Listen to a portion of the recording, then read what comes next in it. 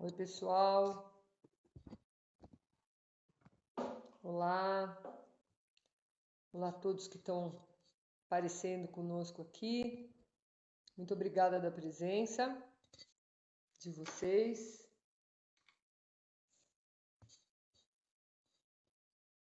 Vamos ver, porque eu acho já chegou o Rafael. Vamos ver. Oi, Paula. Que bom que você está aqui. Vamos aguardar o Rafael entrar. Oi, Rafael. Que bom que Cheguei. você está aqui, querido. Tudo bem? Graças a Deus, alegria revê-la e Da mesma conversar forma. contigo e toda a turma. Que Tá bom bom. assim, meu? Tá ótimo. Você também está me vendo bem? O som também Sim. tá bom para você? Uhum. Ótimo. Porque outro dia eu estava com a metade do meu olho para cima e ninguém estava me vendo. Não pode. Ah, que bom, Rafael. Que alegria ter você aqui conosco. Eu acho que é um momento especial, né? Hoje foi um dia cheio de coisas de animais, de defesa da natureza, do meio ambiente para mim. E acho que para você também isso é todo dia, né, Rafael? É a constante, né? É até difícil a gente dar conta, né, de todas as notícias, de todas Exatamente, as exatamente. tarefas. Uhum. O Rafael, me dá um minuto que tem uma gata aqui querendo sair no jardim. Enquanto isso, a gente chega, espera as pessoas entrarem. Só um minuto. Tá bom. Venha, querida amor. Vai, querida, pode ir. Pronto. Aqui a gente tem um universo felino que é muito participativo, especialmente na época de pandemia, né? Aqui a gente tem um universo canino. Ah, E a é? minha filhinha aqui de 4 patas, ela gosta de estar sentada nas minhas costas aqui na cadeira. Mas daqui a pouco ela pede para subir. É, eu tenho uma gata que eu faço yoga, ela faz yoga junto, ela sobe nas minhas costas, no meu ombro. Eu tenho vários gatos, mas essa Dorinha é especial. Bom, Rafael, vamos começar? Vamos? Ótimo. Bom, pessoal, boa noite de novo para quem está chegando agora. É uma honra ter vocês conosco aqui de novo para mais essa live do Fórum Animal. Hoje a gente vai tratar de um assunto que não é nada simples, é um assunto bastante complexo.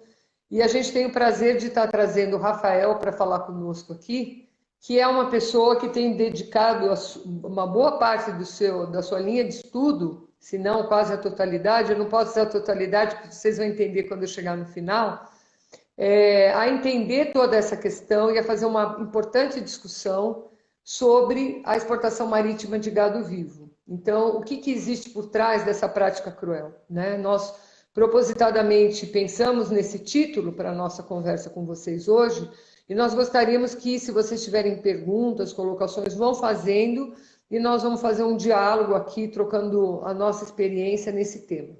Então, apresentando o Rafael Van Ever Ludolf, ele é advogado, ele é mestre em Sistema de Gestão para o Meio Ambiente pela Universidade Federal Fluminense, ocasião em que defendeu a dissertação sobre a exportação de gado vivo no Brasil e a regra constitucional da proibição da crueldade contra os animais sob a ótica do direito animal. Atualmente ele é doutorando em Sociologia e Direito pela mesma Universidade Federal Fluminense, na linha de pesquisa Conflitos Socioambientais e Urbanos. Ele é pós-graduado em Direito do Consumidor e Responsabilidade Civil pela UCAM, é membro da Comissão de Proteção e Defesa Animal da OAB do Rio de Janeiro, em Niterói, membro do Grupo Espírita Servidores de Jesus, em Niterói, e cofundador do MOVE, que é o Movimento pela Ética Animal Espírita. Eu tenho acompanhado sempre que posso as lives, né, as apresentações desse grupo, Rafael. É uma alegria a gente acompanhar e ver como vocês estão jovens, né? Você, a Nath, vocês têm feito um trabalho primoroso no resgate de duas coisas que eu acho que são essenciais: espiritualidade, né? Porque todos nós precisamos dela para enfrentarmos situações do cotidiano e principalmente situações mais desafiadoras, como nós estamos vivendo agora, e ao mesmo tempo lidando com temas tão importantes, né, para a nossa sociedade, não só no momento atual, mas pensando no futuro.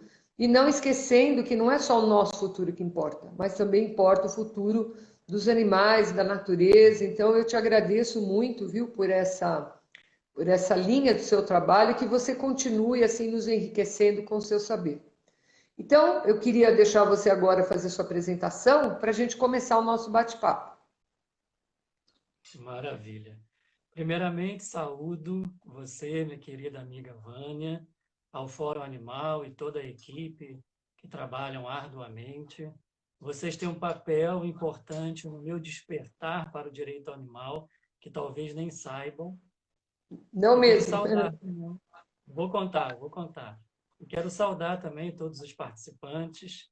É muito importante que a gente utilize esses espaços nossos em tempos de pandemia ou fora deles, para, através dos nossos saberes, através dos nossos conhecimentos, experiências e espaços, difundirmos uma cultura animalista, uma cultura antirrespecista.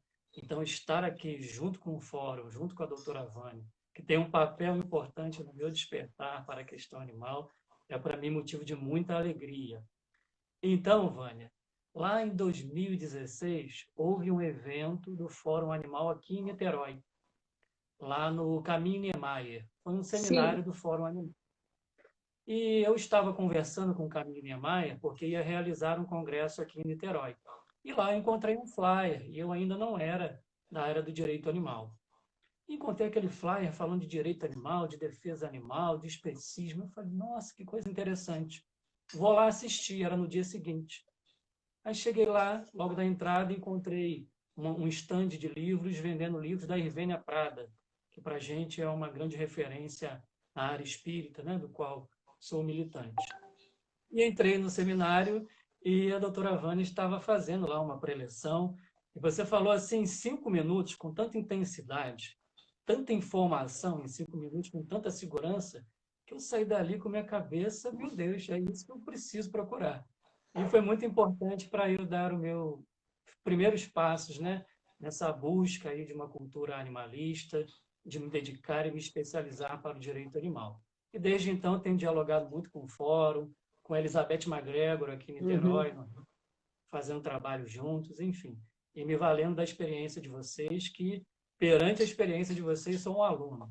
Então estou aqui Imagina, que feliz isso, Rafael. de partilhar esse espaço com vocês. Bom, gente, o que eu acho que é importante a gente colocar o contexto, né? Por que que a gente está falando nesse assunto, né? O que que trouxe a gente, o que levou o fórum e o que trouxe o Rafael a trabalhar um tema tão desafiador como a questão do transporte marítimo de gado vivo. O que a gente sabe sempre é que as pessoas se interessam muito pela questão da proteção e defesa animal, mas de uma forma em geral as pessoas se preocupam muito com os animais de estimação, com os cães e com os gatos. E esquece que todos os outros animais, onde quer que eles estejam, também precisam ser alvo da nossa preocupação, da nossa mobilização para que eles não sofram, para que eles tenham realmente uma vida que vale a pena ser vivida. E essa questão do transporte marítimo de gado vivo já foi uma política nacional desenvolvida por algumas décadas, mas ela estava em decadência, já fazia, pelo menos nesse século, ela estava em franca decadência.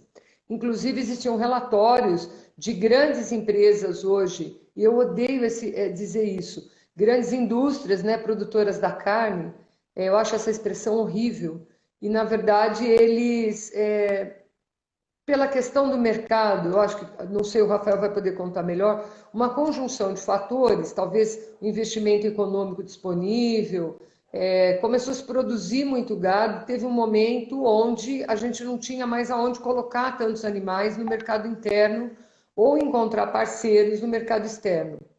E a Austrália, na verdade, ela veio de uma história que era um grande exportador também, não exatamente de bovinos, mas principalmente de ovinos, e eles tiveram uma grande mobilização social e suspenderam essa exportação. Então, diversos países começaram a sofrer a falta desses produtos. E o resultado foi que viu-se aí uma chance da gente começar a ocupar esses espaços e, dessa forma, um grupo de empresários brasileiros se fortaleceu, foi agir junto ao Ministério da Agricultura, mostrando que aí tinha um nicho de mercado importante, independente do fato, se a gente quisesse discutir um outro lado, que era a economia, que economicamente isso não era uma coisa tão rentável assim para o nosso país, porque ele não agregava nenhum valor. Era simplesmente a gente criava, colocava num navio uma quantidade exorbitante de animais ao mesmo tempo e mandava para diferentes lugares no mundo. Talvez uma primeira grande manifestação que nós tivemos foi quando nós tivemos aquele acidente em Barcarena, com aquele navio que ia para a Venezuela e naufragou, e os animais ficaram numa situação terrível. Depois, o resgate, que praticamente não existiu, foi um outro problema de extrema crueldade, maus tratos aos animais que aconteceu, e o fórum se posicionou fortemente. A partir dali, nós tivemos apoio de outras entidades de fora do Brasil que nos procuraram e nós abraçamos esse tema como um tema fundamental, uma vez que no Brasil, hoje, nós temos mais bovinos do que pessoas dentro do território brasileiro. Então, eu vou parar por aqui, porque eu já fiz uma narrativa, porque eu vi que várias pessoas que estão aqui não são pessoas que talvez entendam esse cenário, mas agora eu queria que o Rafael fizesse a leitura, e eu vou deixar você à vontade, Rafael. De vez em quando a gente conversa um pouquinho, para você nos contar de toda a sua pesquisa e de todas as conclusões que você tirou. Fique à vontade. Maravilha, né? Eu vou usar aqui uma linguagem bem comum para dialogar com todos, fugir de termos jurídicos, para a gente se entender realmente, porque a maioria das pessoas realmente que eu dialogo, até mesmo na área assim, do direito animal, desconhecem o modo de operar desta prática e a sociedade civil também desconhece bastante essa prática de exportação de animais vivos, que voltou, como você disse, né, Vânia, com toda a força, e esperamos que não continue assim, mas era uma prática que já acontece há uns 20 anos, né? Tinha diminuído bastante e nos últimos anos realmente voltou. E nós temos mais ou menos uns 5 portos aqui no Brasil que fazem essa exportação. O principal deles é o Porto de Barcarena, lá no Pará, e mais outros 4 portos que fazem essa exportação. Já tivemos aqui desastres, tragédias, crimes gravíssimos envolvendo esse tipo de prática.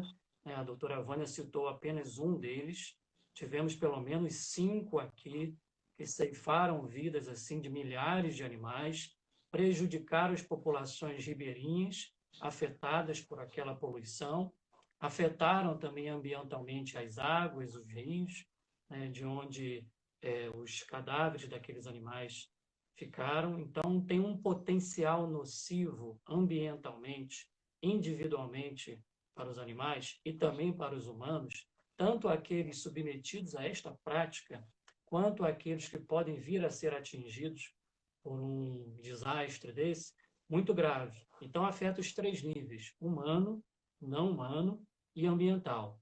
Então, nós tivemos, por exemplo, a morte de 5.000 bovinos lá no porto de Barcarena, bovinos que estavam no navio Aidar, e isso ocorreu em 2015, recente, né? Estamos em 2020. Então foram 5.000 animais por causa de alguma falha técnica, eles estavam destinados à Venezuela e ocorreu esse desastre.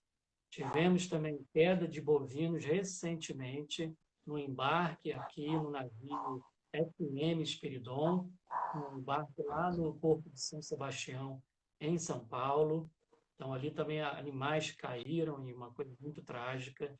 Tivemos a morte de 2.750 animais no navio de bandeira panamenha, o MV Garcia Del Mar. Então, aquele navio ali estava zarpando com mais de 5.000 bovinos vivos com destino ao Egito, e houve uma falha no sistema de ventilação, e, portanto, ali quase 3.000 animais também morreram, e todo um desastre. Então, o potencial trágico é imenso dessa prática. E é uma prática que, em 2018, exportou-se mais ou menos aqui do Brasil para o exterior, em torno de 700.000 bovinos.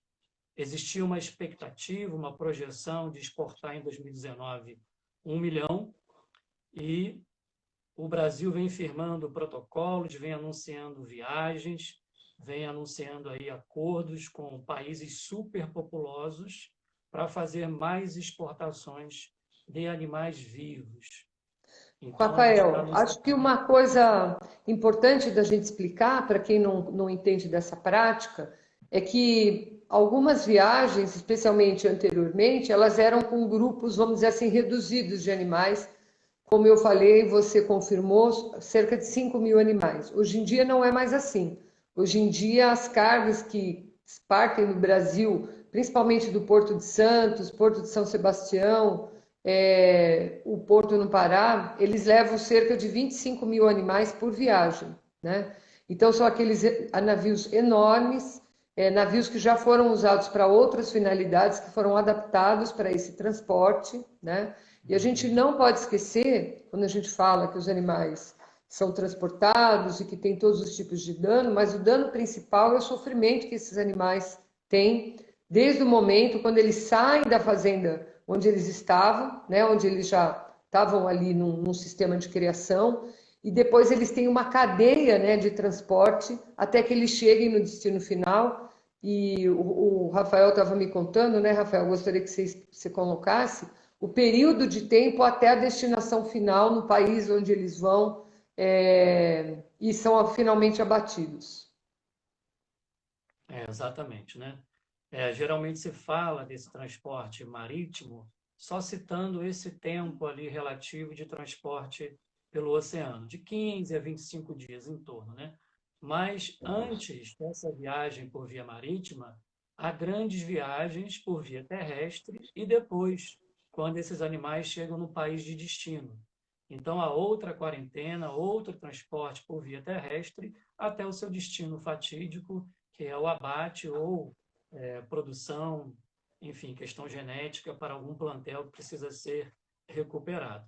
E o Brasil, então, exporta essa quantidade imensa de animais e todo um custo ambiental também, que não entra muitas vezes nessa contabilidade. E essa operação, então, Vânia, ela dura mais ou menos de 80 a 100 dias, se formos somar todo esse transporte terrestre e marítimo. Então, há uma quarentena, mais ou menos 21 dias antes do embarque, ali nos estabelecimentos de pré-embarque, os EPEs. Depois vem o transporte terrestre, e você pode imaginar 25.000 bovinos. Quantas viagens, quantas horas nas estradas geralmente esburacadas, mal pavimentadas, com pouca fiscalização. Então, para transportar, como foi naquele navio MV Nado, o navio panamenho, no qual o Fórum Animal atuou juridicamente de maneira exemplar. Aqui saúdo a memória do Ricardo Catani, um advogado. Eu dialoguei com ele em alguns momentos por e-mail, pedindo informações, e ele foi muito solícito. Ele desencarnou, faleceu, né, recentemente, e fica aqui o nosso abraço a esse irmão no plano espiritual. E então, essa operação imensa, ela envolve quarentena, EPE, viagem por via terrestre, mais ou menos para transportar 27.000 bovinos, 600 viagens Mais ou de menos isso caminhão. mesmo. Foi isso mais ou menos. Foi.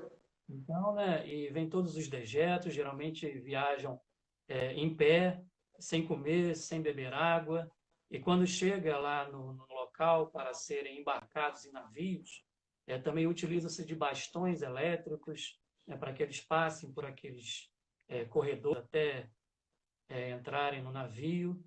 E depois chega o transporte marítimo, de 16 a 25 dias, no mar revolto, muitas vezes, dependendo para onde vai, e até chegar no país destino, mais um desembarque, mais um manejo, mais um transporte terrestre, mais uma quarentena, enfim.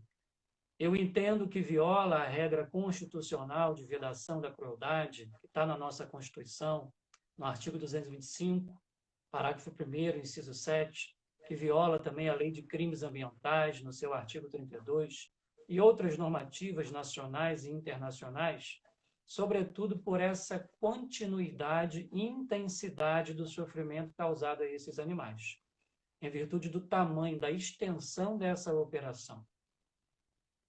Eu Então, é um acho, sofrimento Rafael, que muito extenso, né? na verdade, como você bem falou, assim como outras práticas que vêm sendo incentivadas no país, né, como práticas que na verdade geram renda, geram empregos, porque é sempre o mesmo argumento, né, que a gente encontra, não se coloca de forma clara essa questão do custo, do ônus humano, do ônus para o animal, do ônus sanitário, do ônus ambiental, de todo esse processo, né? Eu acho que isso é muito importante porque o que nós temos visto é uma desconstrução de políticas que tinham avançado, especialmente aquelas que garantiam, de alguma forma, a proteção dos animais, inclusive fazendo alterações recentes na nossa Constituição, incluindo termos como o bem-estar animal como uma palavra que resolve todos os problemas, né? Fica bonito você colocar num documento. E o que nós temos visto é que cada vez os nossos animais estão numa situação mais vulnerável. E eu gostaria que, a partir desse cenário, né, que você descreveu, você contasse um pouquinho o que te motivou a trabalhar o tema na sua dissertação de mestrado. Primeiramente, eu tomei conhecimento desse tema a partir da proibição em território nacional dessa prática, através da judicialização da questão envolvendo a embarcação envenenada lá no Porto de Santos, em São Paulo. Então, isso ganhou a mídia, virou notícia, e a partir disso eu tomei conhecimento e eu já estava cursando mestrado com o interesse de pesquisar algo envolvendo direito animal. Eu tinha outra ideia e quando vi essa notícia me interessei muito, conversei com a minha orientadora e fui pesquisar. E inicialmente a pesquisa me demonstrou o seguinte, Vânia, não havia quase nenhum trabalho acadêmico crítico sobre esta prática aqui no Brasil. Eu encontrei no exterior, encontrei na Austrália muitas críticas do mundo acadêmico a esta prática. Na Austrália já haviam ocorrido suspensões em virtude de maus tratos, de crueldade contra esses animais, um ativismo forte lá, trabalhando para colocar em evidência as crueldades a esses animais. Então, a partir de ter conhecido através das notícias, eu procurei pesquisar essa prática e me assustei, não tinha quase nada. E estou até muito feliz hoje de estar aqui, porque ontem nós recebemos uma TCC da Aparecida Mussi, a Maria Isso. Leila Leila Aparecida. Mussi, isso que eu ia falar, da Leila Mussi, fazendo um trabalho. Eu ia te perguntar se você tinha conseguido fazer a leitura, porque ela é uma veterinária que trabalhou a vida toda, né, na agricultura, e ela era fiscal de todo esse processo, né? Então, eu queria saber qual foi sua impressão por tudo isso também. É a minha próxima pergunta. Interessantíssimo, porque a Leila tem uma experiência que eu não tenho. E eu li todo o trabalho dela ontem, né? E, nossa, os nossos trabalhos se congregam, se casam realmente, porque eu fiz um trabalho descritivo, qualitativo, eu descrevi o cenário e a maneira de operar dessa prática e os danos que ela causa aos animais, de um ponto de vista mais jurídico. E a Leila não, a Leila ela é auditora fiscal, ela tem uma Isso. experiência muito interessante como médica veterinária. Então, ela conseguiu fazer uma avaliação do que eu não pude fazer, que foi sobre as instruções normativas que dão ar de legalidade a esta prática. Então, ela avaliou as brechas, ela criticou essas instruções normativas e os outros arcabouços aí, jurídicos, legais, que sustentam essa prática. Então, ela fez críticas pontuais muito interessantes a essas instruções normativas. E também as outras legislações internacionais que buscam também dar guarida a esta prática. Então, no momento que eu descrevi e interpretei elas a partir do ponto de vista constitucional, do artigo 205, a Leila fez essas críticas pontuais. Então, foi bem interessante. Fica aqui a sugestão para que a turma conheça esse trabalho, que eu louvo, agradeço a Leila, um trabalho realmente de ponta, muito interessante. Então, vou fazer uma colocação aqui para fazer um intervalo. Na verdade, nós precisamos muito de pessoas que pesquisem esse tema, né? Tem uma pessoa aqui fazendo uma pergunta para nós: será que a ausência de trabalhos com esse tema não reflete a dificuldade existente para a obtenção de dados para o desenvolvimento do conteúdo ou de uma tese? Essa colocação acho que é bem importante, porque o Rafael acabou de colocar, né? a dificuldade e a ausência de dados e informação. Então, o que a gente vê é que tem áreas do conhecimento humano, do conhecimento científico, que é repleto de informações, né? Tem pesquisas e mais pesquisas e mais pesquisas. E outros que são tão importantes como esse, que dizem diretamente a questão de bem-estar dos animais, da proteção e da defesa dos animais, das questões sanitárias e ambientais do país, a gente tem pouquíssima coisa. Então, eu vou deixar uma dica, Rafael, antes de você fazer o comentário. Eu acho que você e a Leila deviam pensar em fazer uma publicação, se não conjunta, mas pareada uma da outra, para que, na verdade, as pessoas passassem a ter acesso a esses conteúdos com mais facilidade. E eu estou doida para ler o trabalho dela, pretendo fazer isso agora no final de semana, porque com certeza vai ser um aprendizado, assim como o seu, né? Maravilha, né? Agradeço muito a pergunta aí da Lares, o nome dela, se não me engano. E Foi da Lari. o que que eu fiz quando eu percebi que havia uma carência de trabalhos científicos nas bases científicas sobre isso? Eu fui buscar os processos judiciais que judicializaram essas questões. Então, eu encontrei esse do Fórum Animal, sobre o navio Panamá MV Nada. E nessa ação judicial, foi uma ação civil pública, e em sede de recurso, o processo está com mais ou menos 2.000 páginas. Lá tem várias decisões, vários pareceres, vários documentos contrastando a questão econômica. Lá tem acordos feitos nesses desastres que narramos aqui. Então, tem uma série de dados e documentos lá que eu apliquei uma metodologia de pesquisa documental para poder avaliar aqueles dados ali e poder suprir esta lacuna. Então, há outras ações sendo ajuizadas por aí. Então, é interessante dar uma olhada também e fazer uma pesquisa a partir dali. E também olhei para fora, olhei para o exterior, olhei para a Austrália, olhei para outros países. Fiz uma revisão da literatura e, a partir da experiência deles, que apesar de ser deles, consegui colher também informações para a gente se precaver aqui e para a gente fazer aqui também os nossos trabalhos e ativismos contra essa prática. Em resumo, estamos precisando de mais trabalhos acadêmicos sobre isso. Estamos precisando construir o conhecimento sobre isso.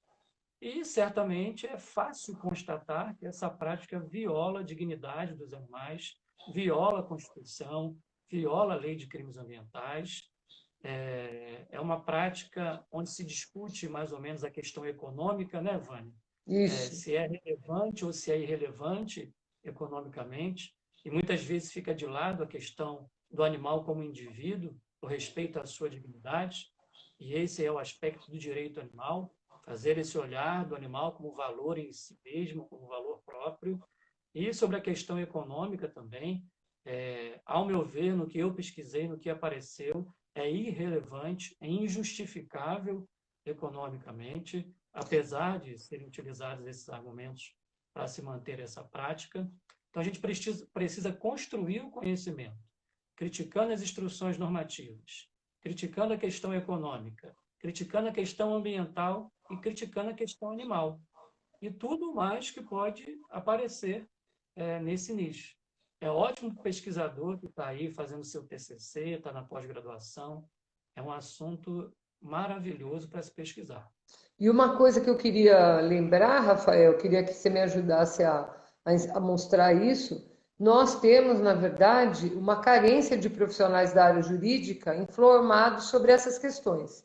Nesse processo, né, que o Fórum moveu, tão bem instrumentalizado pelo Dr. Ricardo Catani, eu sempre me lembro da disparidade que tinha entre a argumentação do juiz que suspendeu, né, o trânsito desse navio aqui, né, no Porto de Santos, da pobreza de argumentos quando se liberou, e absolutamente não houve um nexo de ligação. Aqui os argumentos eram o sofrimento dos animais, o direito dos animais à vida, né, a não serem submetidos a situações de maus tratos, de crueldade. Eu me lembro de ter ficado muito emocionada quando eu li nessa decisão tudo isso argumentado em cima de bovinos. Eu me lembro, a hora que eu estava sentada aqui na minha casa, eu me lembro de eu falar assim, gente, eu vivi para ver isso escrito numa decisão judicial, porque assim, é uma vitória ímpar e que abre muitos precedentes, mesmo depois, por argumentos absolutamente questionáveis, essa decisão tenha sido derrubada, né? Mas o processo não acabou, o processo continuou e hoje a gente está numa fase de julgamento final, né? Porque foram ouvidas as partes. Infelizmente, agora, com a morte do Dr. Ricardo Catani, que foi um aguerrido nessa luta, nós estamos na fase agora de nomear um novo advogado para acompanhar o processo e falta realmente um julgamento para a definição do que foi pedido, que era que veterinários, tanto da Proteção e Defesa Animal quanto do Ministério da Agricultura, acompanhassem esse trânsito, né, dentro dos navios para de fato narrar o que acontecia. Porque o laudo que foi apresentado de forma muito forte, de forma muito consistente, pela veterinária de Santos, né, da Vigilância Sanitária de Santos, a doutora Magda Regina, ele foi a peça-chave, né, que mostrou para o juiz exatamente o que estava acontecendo. Mas, infelizmente, ele foi desconsiderado nas decisões seguintes. Inclusive, o que nos chamou a atenção foi o tempo para a decisão final e os 5 primeiros desembargadores que julgaram rapidamente o processo, todos eles foram favoráveis a que se mantivesse a proibição que tinha sido conquistada na decisão inicial, né? Eu queria que você comentasse um pouquinho disso para nós, por favor. É. Ao meu ver, respeitosamente, mas no meu olhar jurídico, foi uma decisão mais política do que verdadeiramente, né, judicial. Porque realmente esse laudo técnico que embasou essa decisão emblemática do juiz de primeiro grau demonstrou a evidência, né, com robustez da crueldade àqueles animais naquele ambiente. Então, ali o odor amoniacal, o espaço reduzido, a quantidade de urina, de excrementos, a poluição sonora dos ventiladores, enfim, ficou muito claro que naquela situação pontual, e não somente nela, e no meu trabalho eu demonstrei isso, essa prática não funciona sem que haja ali um sofrimento continuado a esses animais. Mas essa decisão ela foi suspensa, né, tempos após, e segue aí em discussão para que seja concluída essa questão. Então, assim, foi uma decisão emblemática. Ali, o juiz de primeiro grau, ele sustenta o reconhecimento dos animais como sujeitos de direito. Houve também um parecer do Ministério Público Federal, do procurador Sérgio Marcondes, fazendo também críticas muito bem fundamentadas e pontuais a essa prática. E os votos também a favor da descontinuidade dessa prática também foram muito interessantes. E foi apertado até naquela votação, isso foi emblemático também, demonstrando aí como que isso está em xeque. Como que, apesar de se vier aí uma decisão final, assim que, na verdade, né, a busca ali era para que se entrasse no navio, investigasse, fizesse um laudo técnico, apesar do desfecho aí dessa ação, talvez não traga um avanço na causa, a existência dela e a discussão que ela problematizou são fundamentais para a gente avançar para o fim dessa prática, até porque dali saíram proposições legislativas. Sim. Do Senado, de iniciativas estaduais, algumas já arquivadas, mas a gente tem uma tramitando, que é a PL 357, de 2018. Ela já passou por algumas comissões, comissões de planejamento agrário, comissões do meio ambiente, e foram contrárias à proibição dessa prática, né? Mas é uma PL de iniciativa do Senado que utiliza argumentos ali justificativas de dignidade animal, de direito animal, de problemas ambientais, para que essa prática seja descontinuada.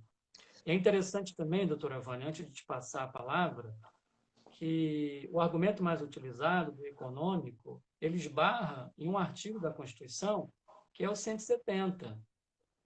Para a ordem econômico-financeira, para as atividades financeiras, um dos princípios que sustenta a atividade financeira é a proteção do meio ambiente, a preservação do meio ambiente. Então, há limite para a questão econômica, ou seja, a preservação, respeito ao meio ambiente. Nesse lugar, pode até mesmo entender o animal como fazendo parte de uma função ecológica. O direito animal não, entende eles como indivíduos. Mas por esse argumento tão somente de direito ambiental, essa prática já encontra problemas. Porque tem que respeitar o meio ambiente, tem que preservar o meio ambiente.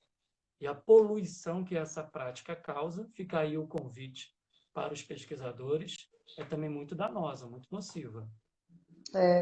Exatamente, Rafael. Eu ouvindo você falar aqui, fiquei pensando como a gente constrói uma rede, né, de interface com diferentes áreas do conhecimento humano, né? Então, eu, enquanto médica veterinária, vou construir, a exemplo do que fez brilhantemente a doutora Magda Regina, um laudo, uma peça que, na verdade, tem argumentos muito sólidos, baseado na ciência, no comportamento, principalmente na ciência do bem-estar animal, que já é uma ciência multidisciplinar.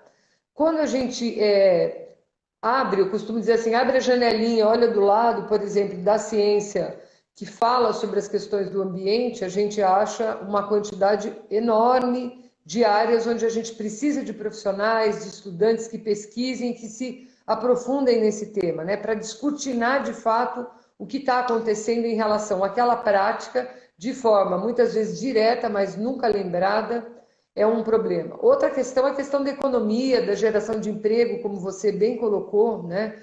Acho que um lado importante é que se a gente quisesse instrumentalizar esse tipo de prática, simplesmente do ponto de vista econômico, ela já é um equívoco, porque a gente deveria agregar valor e também gerar emprego no nosso país.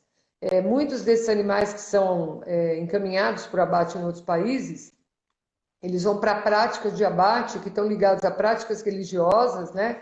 Dos muçulmanos, por exemplo, ou que são práticas, a kosher, a halal, que fazem com que os animais tenham que passar por um rito religioso antes da questão do abate. Entretanto, o Brasil, se fosse o caso da gente querer justificar, né, essa necessidade, já tem frigoríficos que trabalham nessa linha. E aí a gente estaria empregando pessoas aqui, a gente estaria criando uma cadeia produtiva, né?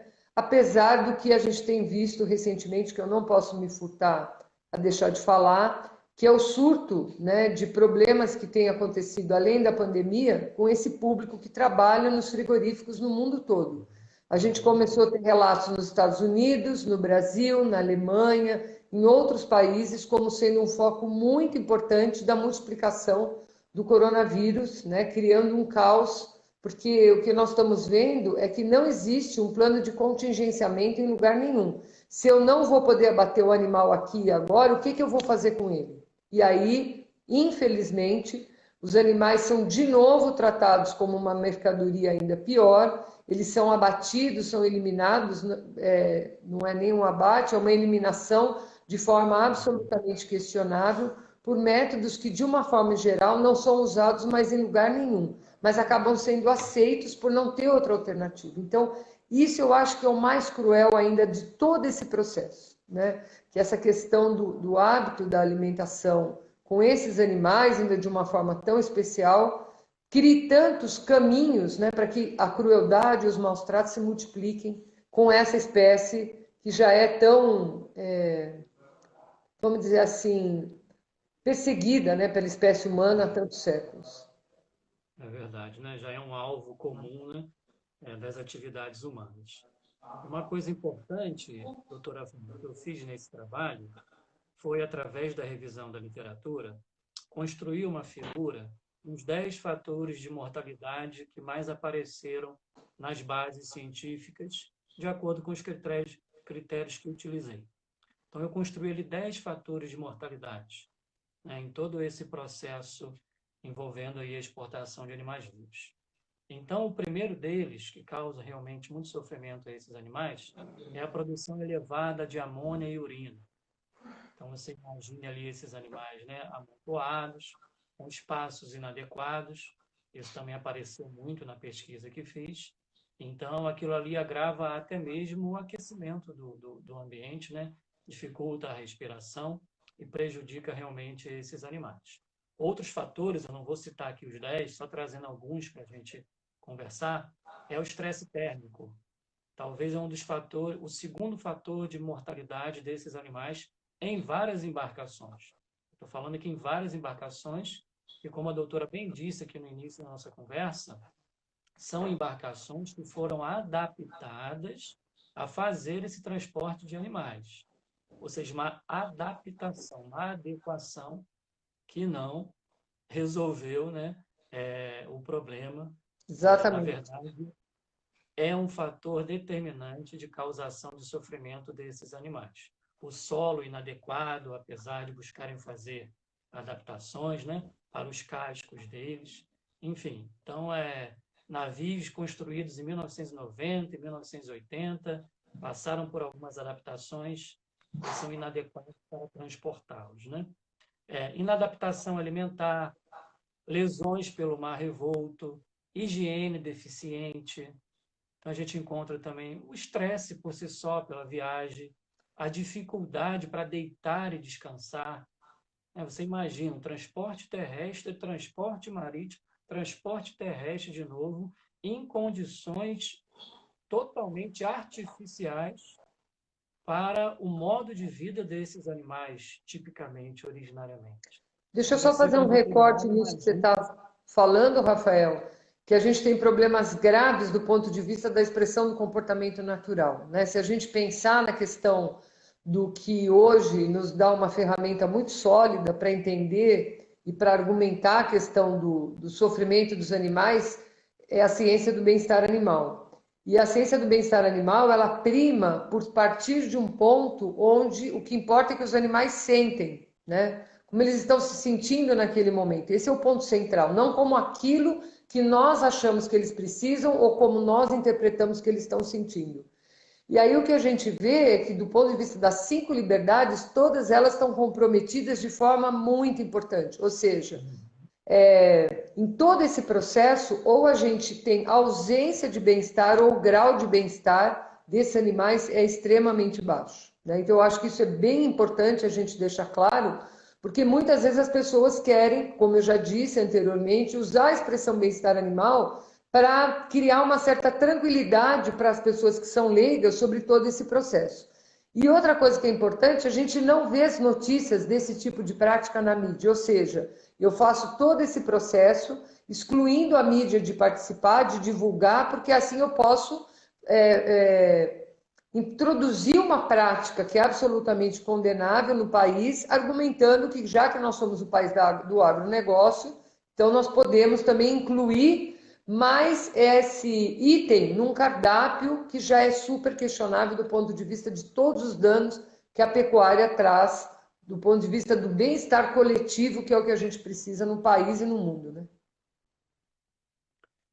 E interessante também, doutora Vânia, que sob esse ponto de vista econômico, no meu trabalho eu levantei, e o Fórum Animal também levantou, uma pesquisa científica de um professor economista, né, da UFRJ, que é o professor Gonçalves, e ele faz uma crítica detalhada a esta prática, dizendo que, do ponto de vista econômico, ela é irrelevante para o PIB brasileiro, portanto, insustentável.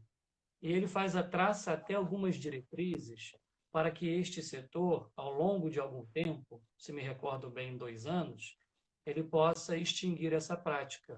Ou Isso. seja, manter o abate aqui, dentro do território nacional, transportá-lo aqui dentro, né, agregando valor, gerando emprego e realmente contribuindo para o PIB.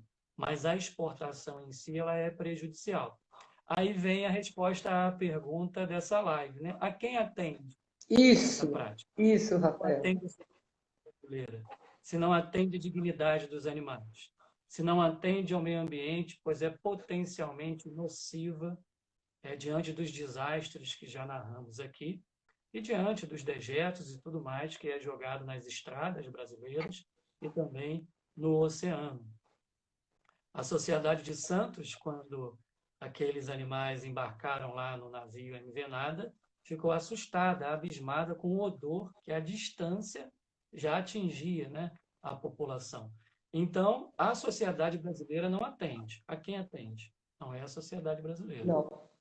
Um grupo pequeno de empresários, provavelmente, né, que tem interesse na continuidade dessa prática por outras razões, digo aqui respeitosamente, que não é atender a dignidade desses animais que são protegidos pela Constituição Federal, sobretudo no seu artigo 25 e nas demais 225. A minha esposa está aqui do lado me ajudando, no artigo 225, né? E as demais legislações. A quem atende? Pois é. E a gente hoje tem uma Associação Brasileira de Exportadores de Gado Vivo, né?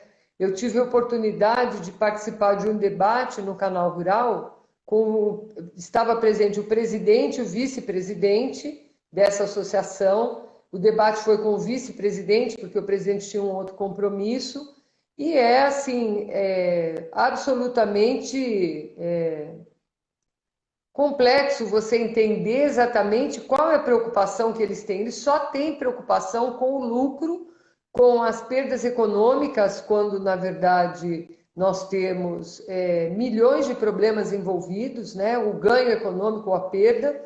E aproveitando no que você está falando a respeito dessa questão do lucro, né? Desse como é que a gente vai dizer, desse indicador, né, da economia, de que a prática poderia terminar em 2 anos, nós tivemos a oportunidade de, procurando, né, os argumentos da época do processo, encontrar os relatórios da própria empresa que ficou, depois do acontecido com a JBS, que era a grande empresa que estava envolvida nessa questão da exportação.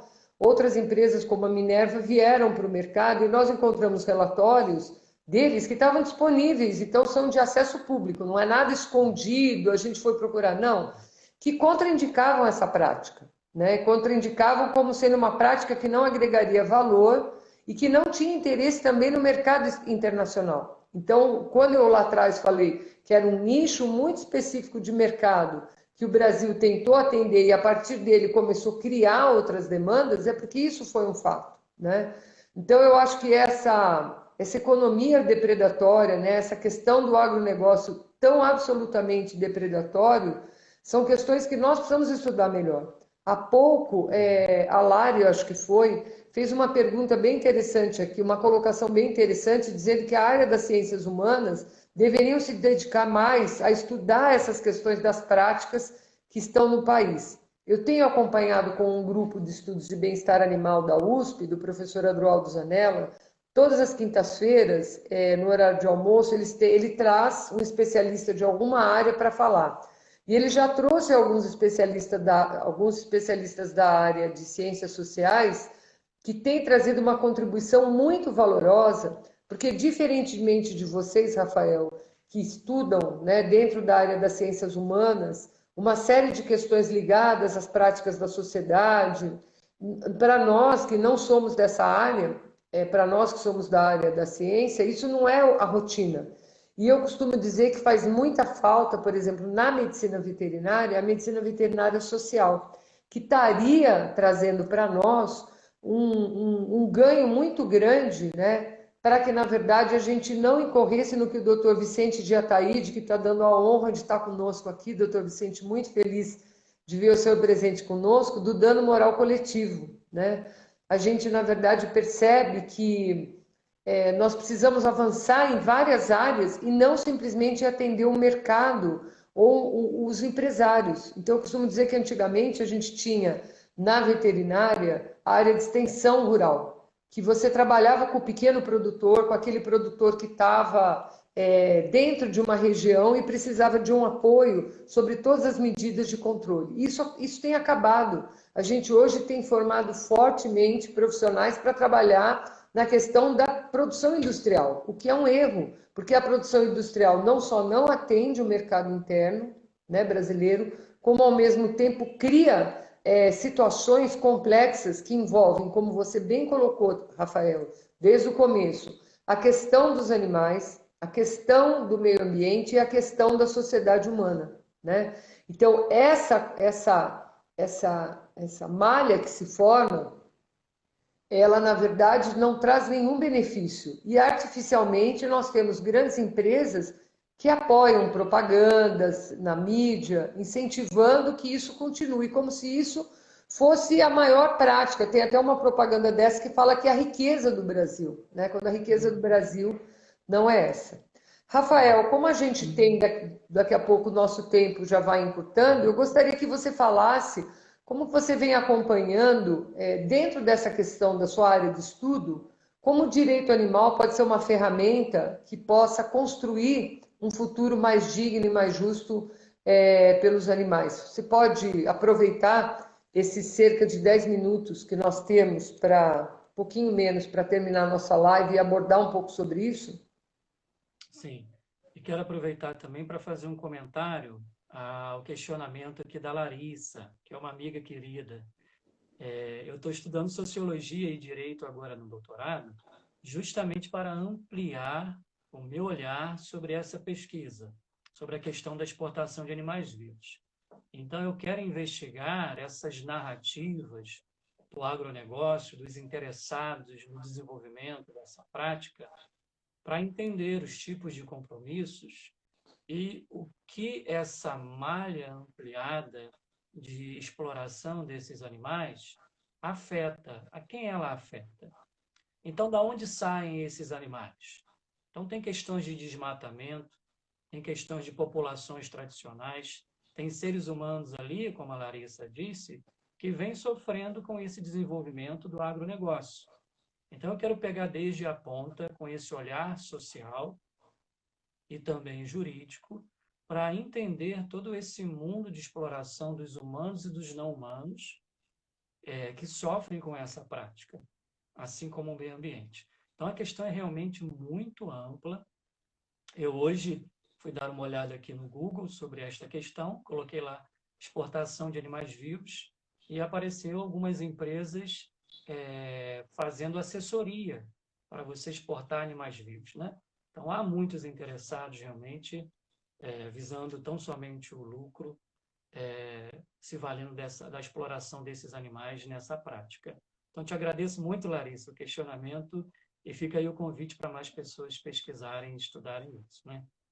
E sobre a pergunta, doutora Vânia, né, da questão do direito animal e a contribuição que ele vem trazendo, é realmente uma nova ciência jurídica que tem todo um aparato interdisciplinar, precisa da veterinária, precisa da biologia, precisa das ciências sociais para construir realmente um saber que demonstre para os juízes, para o mundo jurídico, para as pessoas em geral, que esses animais têm a sua dignidade própria, são seres sencientes e, portanto, precisam de um catálogo mínimo de direitos de proteção para que eles possam viver a sua vida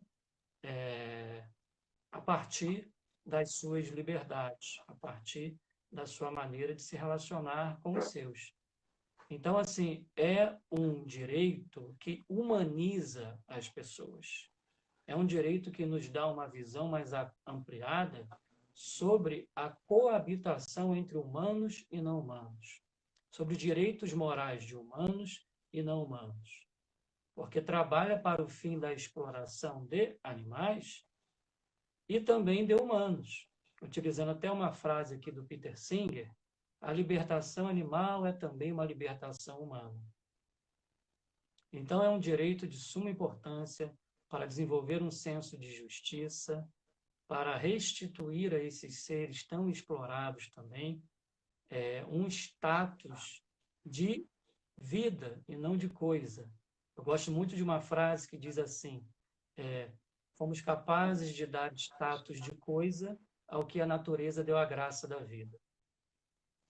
Então, o direito tem muito a contribuir, redimensionando a classificação desses animais na nossa legislação, dando a eles uma condição de sujeitos de direito, tirando eles da condição de objetos, de coisas, e a gente já tem aí jurisprudência, já tem uma dogmática, uma doutrina sendo construída.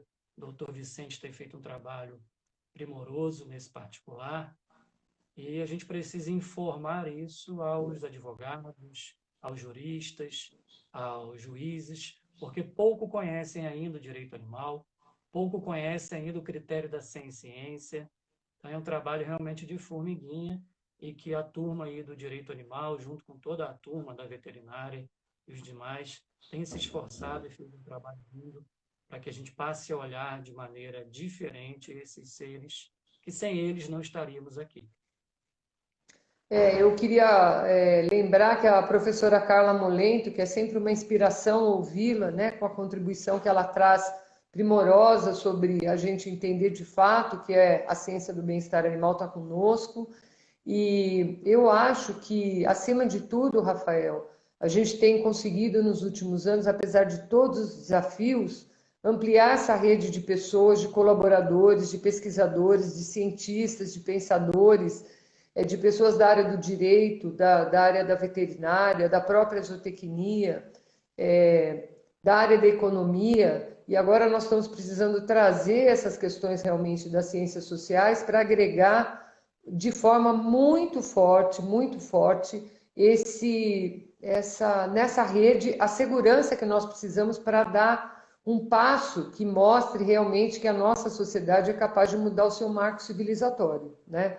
Hoje de manhã eu tive a oportunidade de participar de uma audiência pública em Brasília, onde uma das colocações feitas foi sobre essa legislação que altera a denominação que a gente dá para os animais, né? Mudando os animais de coisa para animais de. Como é que fala? Me fugiu o termo agora, Rafael, me ajude. Sujeito de direito. Animais de direitos despersonalizados. Animais sujeitos de direito despersonalizado. E aí eu ouvi do deputado que chamou a audiência, uma audiência muito boa. Se você tiver interesse, eu te mando o link, embora era para falar sobre fauna, que na verdade construir isso com a bancada do agronegócio hoje em dia é muito difícil, mas não é impossível. Então, talvez a gente também construir a base do diálogo e não só do embate, né? Novos passos para que a gente possa avançar seja muito importante. O que eu não acho só que a gente pode admitir é a gente ser especista com os próprios animais. Então, para os cães e para os gatos, a gente aceita a mudança, e para os outros animais que eu quero explorar, não. Porque senão a gente joga todo o conhecimento que a gente tem sobre a ciência, né? Sobre a consciência animal dada pela Declaração de Cambridge na lata do lixo. Então, eu acho que com essa força que só cresce, né, de tantos profissionais brilhantes que têm aparecido, nós precisamos nos fortalecer e criar mais movimentos sociais, apoiados nas organizações não governamentais, nas associações representantes de classe, que defendem essa questão de uma política onde o direito animal seja garantido, para que a gente se mostre enquanto sociedade, porque o que está acontecendo é que só o que aparece hoje em dia é o pessoal do agronegócio, é o pessoal da caça, é o pessoal da bala. Isso é muito complicado, né? Porque tem um ditado que eu vou adaptá-lo só para ser bem breve: quando os bons não se manifestam, o mal vence, né? Então a gente precisa se manifestar. Não basta a gente gerar conhecimento, a gente tem que transformar esse conhecimento em algo que a sociedade possa se apropriar, entender do que a gente está falando, né? O que óbvio para mim não é óbvio para outra pessoa, para que ela possa entender e ajudar a que nós possamos avançar nessa mudança de comportamento tão importante, especialmente num momento como esse de pandemia, que a gente tem, claro, que isso não é mais motivo de dúvida, mas sim de certeza, que a doença que nós enfrentamos hoje é consequência da prática inadequada de alimentação de algumas populações com espécies de animais que fizeram uma ponte, né, rapidamente com o animal intermediário e trouxeram até a espécie humana uma doença que hoje é uma doença especificamente da espécie humana. Exatamente, né? Precisamos colocar na nossa conta dos humanos, né, esse momento trágico de pandemia. Então, Vânia, como considerações finais, né, Você das tem minhas 25 segundos para fazer suas considerações, o nosso tempo vai acabar. turma, vamos pesquisar, vamos trabalhar em conjunto, porque essa prática é inerentemente cruel, intimamente ligada à violação da dignidade desses animais e não podemos mais permitir. Vamos dialogar para que esse sofrimento termine. Um abraço. Ra-